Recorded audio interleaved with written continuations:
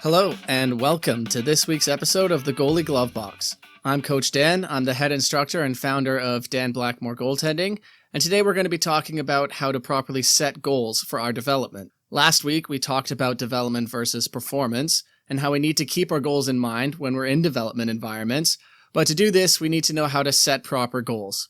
My hope after today is that you'll learn how to set realistic targets using SMART goals, as well as how to monitor your progress towards the goals as the season progresses. Before that, I'd like to talk a little bit about the major news stories around the goalie world. We'll start by looking at the Toronto Maple Leafs goaltending situation, which is in a little bit of turmoil after Joseph Woll got injured last week against Carolina. He left the game after the second period on Thursday in a game that he looked like he'd been playing really well in.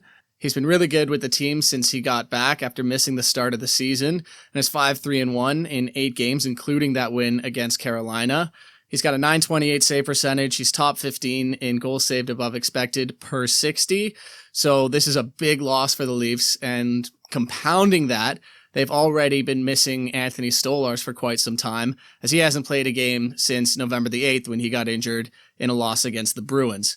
They've already had to rely on Dennis Hildeby quite a bit for a third goalie, and especially considering that Hildeby started as the fourth goalie behind Caden Primo. And he has been good in the limited action that he's had this season. He's a .927 save percentage, so right in line with what Joseph Woll is doing, and he's second in the league in goals saved above expected per 60, but he's only got 1 win in 8 games, so he's not getting that goal support. And when you're getting that kind of performance from your third string goalie, and again, a guy who started as your fourth string goalie, you kind of wish that you were giving him some support back there and getting him some wins, because he's been excellent in his short stint so far, and they're going to have to rely on him quite a bit in what is an important period of time for the Leafs right now.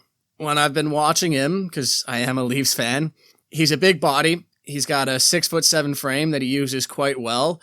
And what I've really noticed about his game is that he's able to battle while still looking calm in the net because he's got those long arms and those long legs. When a lot of smaller goalies would have to be doing things like oversliding, moving around a lot, he makes a lot of tough saves look easy, which is what you want out of a goalie, especially when you're giving up the chances that the Leafs are giving up.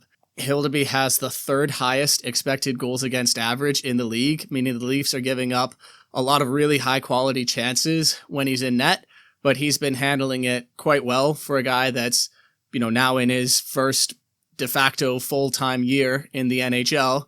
And I'm excited to see what he can do. But again, I just really hope that the Leafs can get him some goal support because he's doing his job. He's keeping the team in games. He's getting them points.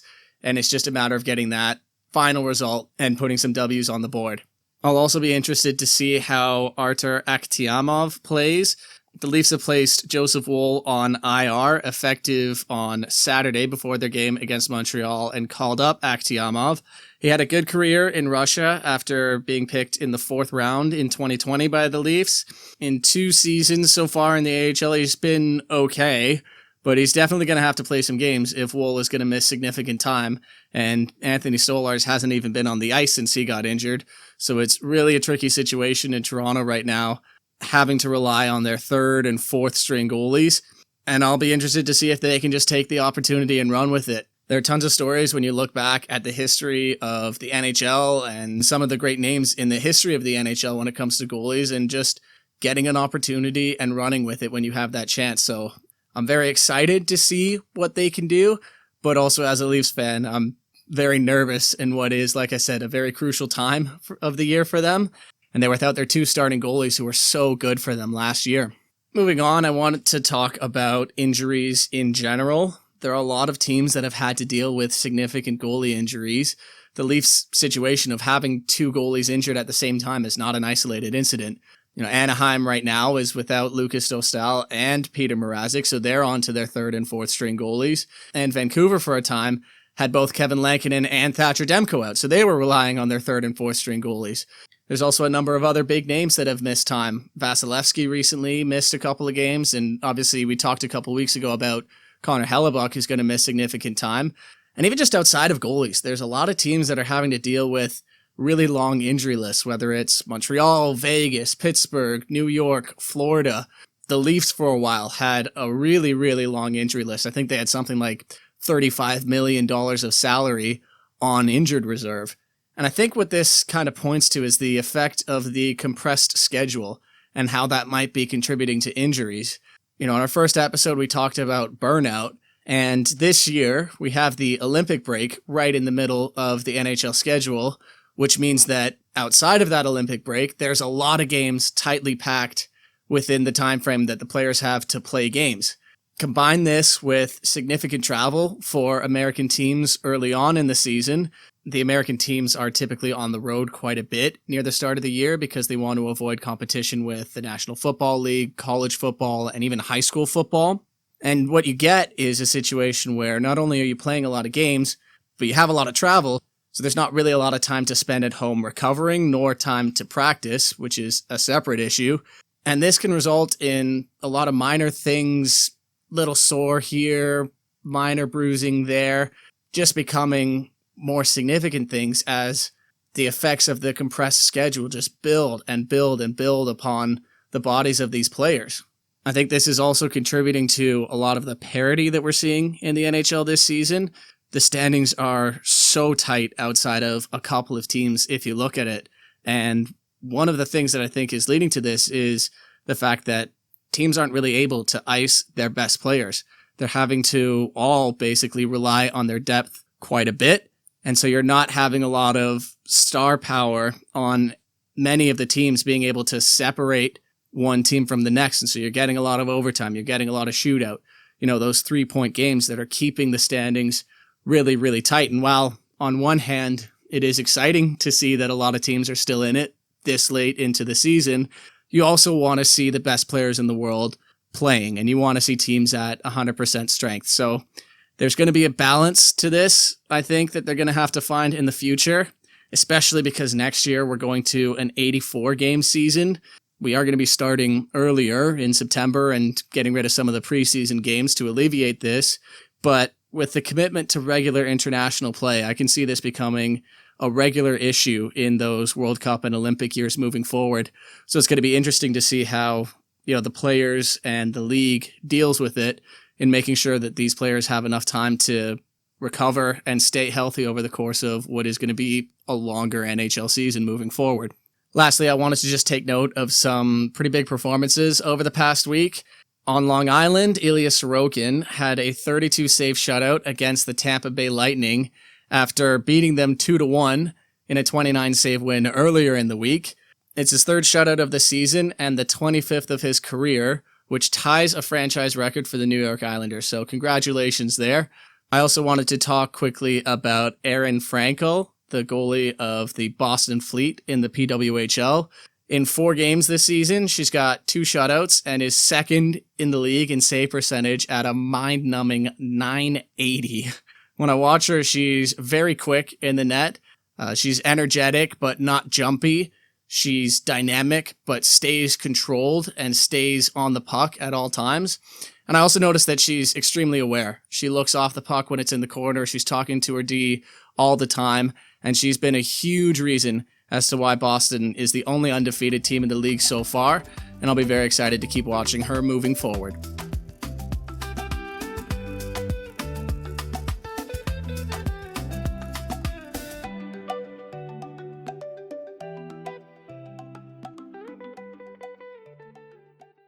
As I mentioned previously, the main topic of today's podcast is how to properly set goals. Goal setting is extremely important as it helps us to get a clear definition of what success looks like, whether that's over the course of a season, over the course of half the season, a few months, whatever the case may be. It allows us to track our performance and our development, and also gives us a solid foundational base to think back on while we try to navigate the ups and downs of the season. As I've mentioned before, the emotions of a hockey game or even a hockey season can be a bit like a roller coaster. So having a set of goals that you can really look on and treat as almost like a grounding force when you're going through those ups and downs can be really beneficial as well. From a coaching perspective, it also helps to structure training in looking at, the individual goals and needs of specific goalies, and also helps us to break down improvement, which is sort of a big, ambiguous, high-level term, into more easily identifiable steps or segments throughout the course of a season. Today, we're going to be talking about a very widely used method for setting effective goals, and that is the S.M.A.R.T method. S.M.A.R.T is the acronym that we'll be applying to our goals, and it stands for specific, measurable, achievable, relevant, and time-based. S.M.A.R.T goals are comprehensive statements of objectives that we are working towards, and they're designed to give a clear understanding of what success looks like in the pursuit of our goals. So to start with the S, specific. When we talk about setting specific goals, what we really want to do is we want to know exactly what it is we are trying to accomplish. Goals that are really broad can be daunting and hard to evaluate or even think about moving towards. For example, starting with something like, I want to be a better goalie. I mean, we all want to be better goalies at some level, but it's very ambiguous and it doesn't have any specific steps or measures that we can look at. A better goal might be, I want to improve my vision on the puck on point shots through screens. That's a much more specific goal where I can look at that and say, okay, there's a specific skill that this goalie wants to work on. They want to work on tracking the puck through screens.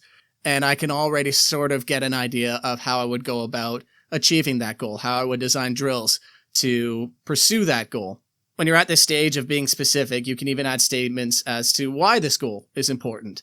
For example, saying something like, I'm getting scored on a lot by long shots through screens, so I want to improve my vision on pucks in those situations.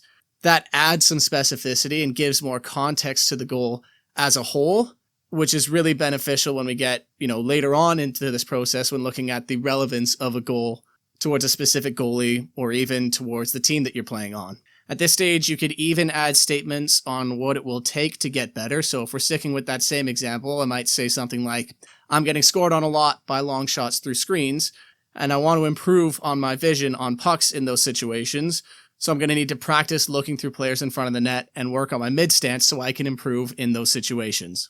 When you set specific goals, what you get is a more comprehensive objective statement that starts answering some of those 5 W's when you think about, who, what, when, where, why. Looking at M, measurable, what this means when we have measurable goals is we want to have some way to evaluate our goal, whether that's ongoing as we pursue it or at the end when we're trying to see how successful we were in achieving that goal. Measurable goals allow us a way to track progress and make adjustments as needed throughout our pursuit and our development. Ideally, having a quantity that can be easily identified, especially for performance objectives, can be very helpful. For example, I want to increase my save percentage to a 920 over the course of the season.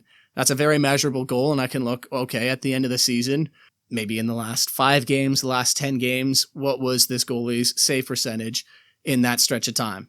Sometimes, though, it's not that easy, whether a goal is hard to quantify in general, or maybe we're in a situation where we don't have enough data to have hard numbers to our goal. We still need to find a way to properly measure the success of this goal. So this is where something like having conversations with your head coach or your goalie coach can come into play. Maybe saying something like, how would you grade me currently on my ability to see pucks through screens and make saves on point shots with traffic?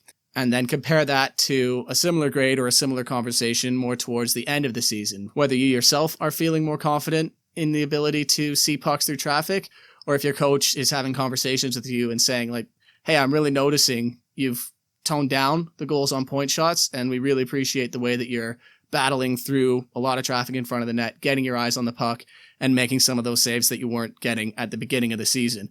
Again, it's a qualitative analysis instead of a quantitative analysis, but a good way in the absence of a lot of data where you can say, okay, did I really work towards my goal properly? And was I successful in improving at that skill? Next, we're looking at the A in S.M.A.R.T, which is achievable. When you're making statements on the achievability of a goal, you want to focus on what you need to do and what else needs to happen for you to be successful in accomplishing your goal. I think one of the things that's also key here is to keep your goal feasible. A lot of players and a lot of goalies will shoot really high, especially when it comes to performance-based goals. But you also have to look at how you are as a goalie and how the team is playing and what the structure of the team is to make sure that your goals are feasible. If you know you're going to be on a mid-pack team, is it really feasible to set a goal of, I want to lead the league in goals against average. Again, it's a nice goal to have, and maybe you do have that confidence in yourself, but you really want to have your goal to be something that is inspiring and not discouraging. And if you set goals at the start of the year that don't properly take into context, your ability as a goalie, the team structure and the quality of the team that you're playing on, or even your role in the team, if you're the backup goalie, saying something like, I would like to get 20 wins over the course of the season. If you're the backup goalie, you might only get 20 games.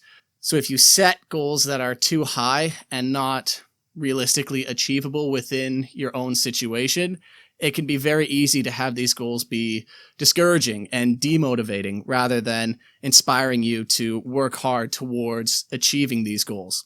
Again, I think a really good first step here is to talk to your coach about what they're expecting of you, whether it's performance-based goals or what they think you should be doing in terms of developing over the course of the year.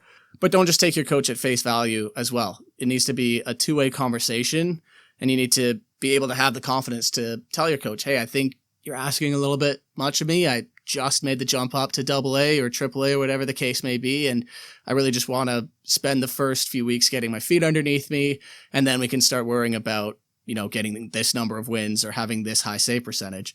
On the other side, maybe your coach is underestimating your abilities and you want to set goals that exceed what your coach expects out of you.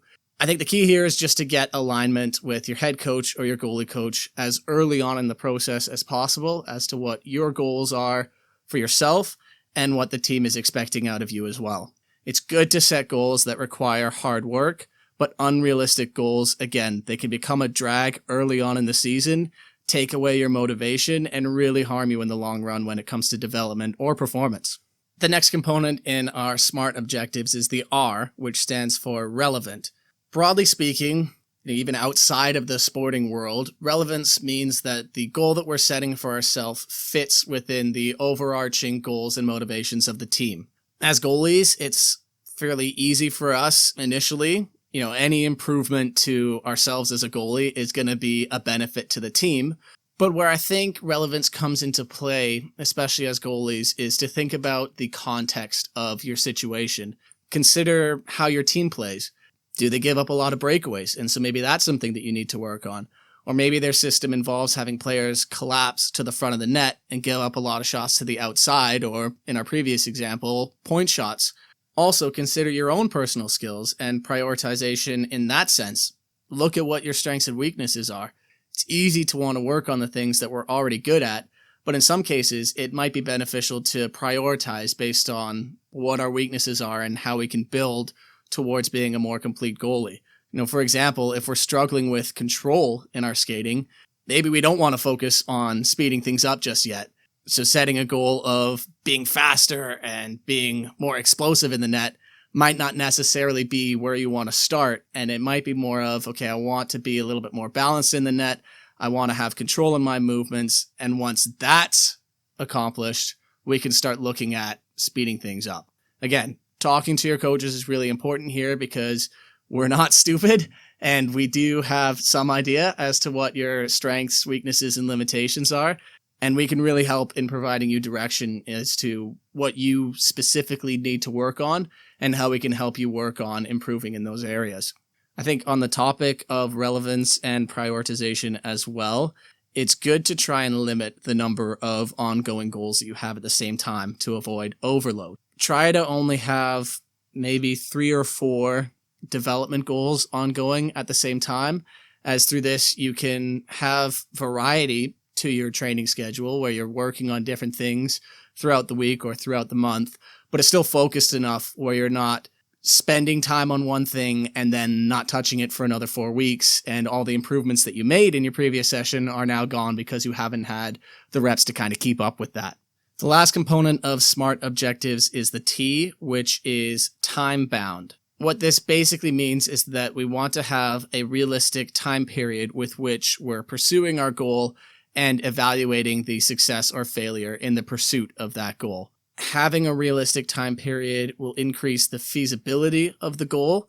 If you're trying to make huge improvements within 1 or 2 weeks at the start of the season, again, you're setting yourself up for failure, and it becomes easy to be demotivated when you do hit roadblocks in your training. And so having realistic time periods improves the chances of success when you're pursuing these goals. I think there's a balance to be struck between realism and urgency.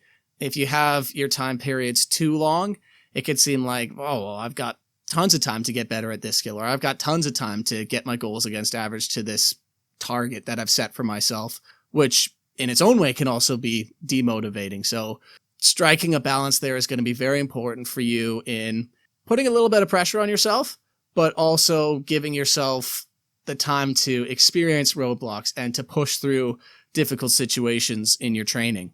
It can also be important here to define time intervals where you're monitoring your progress towards the goals.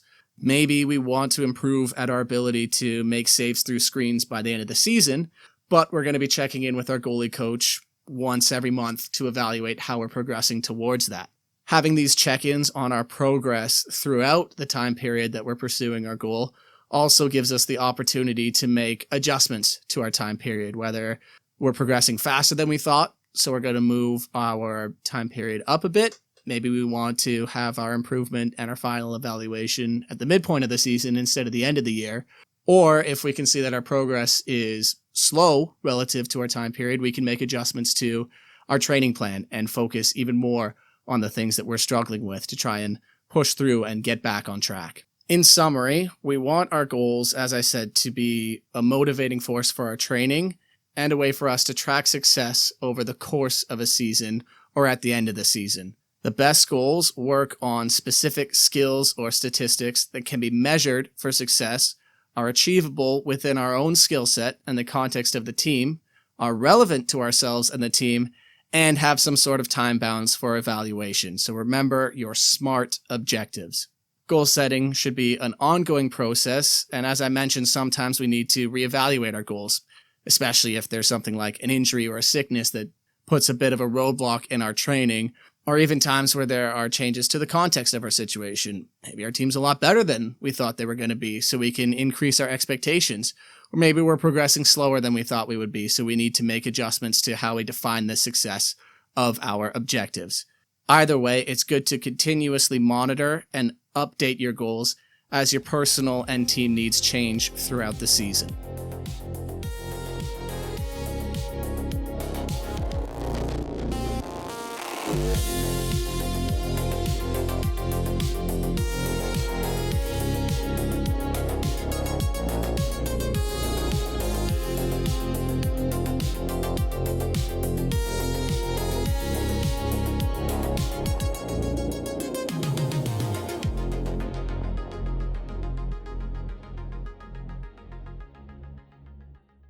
So moving on to what I'm looking ahead at for this upcoming week, I'll definitely be paying attention to the Olympic hockey story, but not the one on the ice when it comes to the players.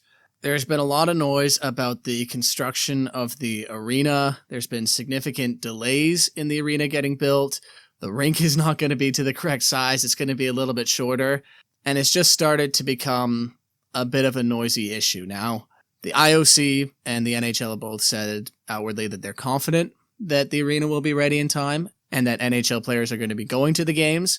But where there's smoke, there's fire. And so it's going to be interesting to see over the next week and beyond how this story progresses and whether, we've already seen the worst of it or if this is just kind of the tip of the iceberg situation. I think even if it got to the point where players were not going to be going to the Olympic Games, whether, due to safety concerns of ice quality or the arena just simply not being ready in time, I think the NHL would still want to do something based on the success of the Four Nations face-off last year.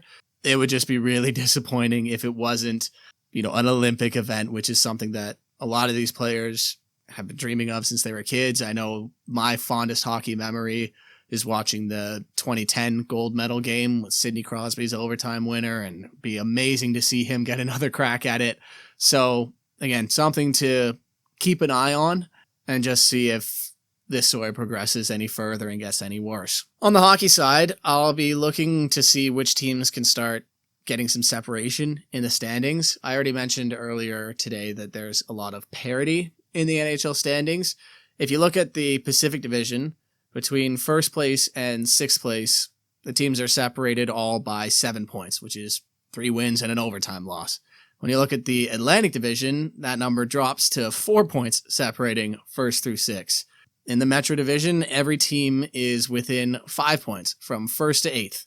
The only division that there's already a little bit of separation is the Central Division, with Colorado and Dallas having taken a bit of a hold on the top 2 places in that division. But, again, it's hard to get separation with the amount of games that are going to overtime, and you're having an increase in 3-point games across the league.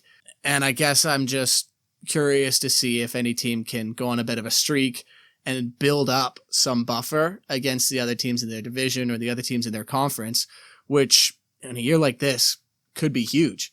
If you have a hot couple of weeks and you end up 10 games above 500, 5 games above 500, something like that, you might be able to ride that this year till the end of the year and get yourself into a playoff spot. Conversely, if you have a couple of slow weeks, it can be really hard to recover from that. Yeah, I think you're seeing that with a team like the Buffalo Sabres, where if you look at their last 10 games, they're at or close to 500, I believe. But they had a stretch earlier on in the season where they lost a bunch of games, and they're still trying to claw their way back in the standings. But because of how much parity there is in the NHL, and specifically in the Atlantic Division, it's really, really hard to make up places if you get behind the 8 ball. Looking at the performer, or in this case, the performers of the week for Dan Blackmore Goaltending, we have a pair of goalies who had really good weekends. In no particular order, the first performer of the week is Lucas Shank with the Kitchener Junior Rangers U12 AA team. They had their first seeded game in AA on Saturday, and they got out to an early 1-0 lead, and Lucas made a bunch of really key saves, especially in the second period, to keep it that way. Eventually, the team was able to build on that lead and get out to a 3-0 lead, which they then carried forward and won in style with a 3-0 shutout.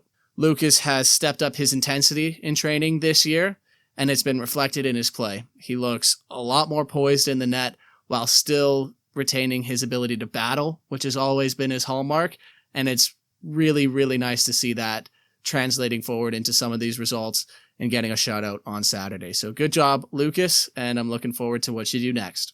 The second performer of the week is actually Lucas's brother, Benson Shank, who won gold at his tournament over the weekend with the Woodstock Junior Navy Vets U10 Select team. Benson has shown this year that he has a really strong foundation in the position, despite being relatively new to goaltending. And it's clear that a lot of the stuff that his big brother does well has started to rub off on him in terms of just being very quick, battling hard on pucks, and really just doing everything it takes to make a save.